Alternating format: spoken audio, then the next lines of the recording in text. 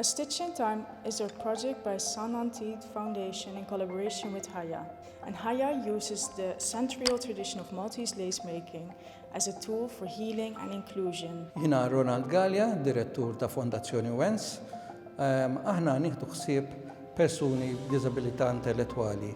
Għandna 3 residenzi fil-preżent u f'residenza minnhom għandna pool area fejn bil-għajnuna li ħanieħdu mill-Arts Council ser inpitru jew ser impenġu fuq il-ħitan ta' din il-pool area. Permezz ta' fondi mill-Premju tal-President, numru ta' persuni neqsin mid-dawl li attendu fiċ-Ċentru Spero qegħdin jingħataw l-opportunità biex jitellaw play f'diversi skejjel sekondarji f'Malta u Għawdex. Step Up for Parkinson's is a volunteer organization that gives free specialized movement classes to people with Parkinson's disease and their caregiver.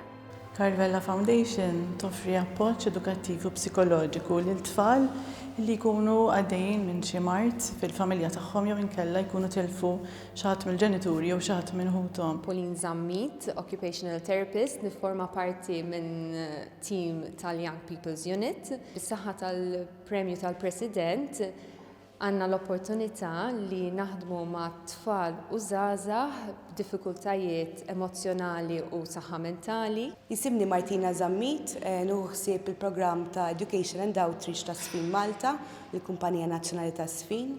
Il-Premju tal-President kien għalina bħala Sfin Malta tajnuna kbira għax ħloqna flimkien il-pjattaforma fejn tfal u żgħażagħ bejn il-5 snin u 18 sena fejn dawn it-tfal u żgħażagħ setgħu jesperjenzaw, jesploraw u jesprimu ruħhom permezz ta' sfin. Restoring Lives huwa proġett ta' Theatre Non-Arts Foundation. Fih dan ukoll bil-kollaborazzjoni ta' Dementia Unit fl-Active Aging Department. Dan il-proġett jitratta dwar storytelling għal persuni li jgħixu bid-dimensja li huma għadhom fil-komunità.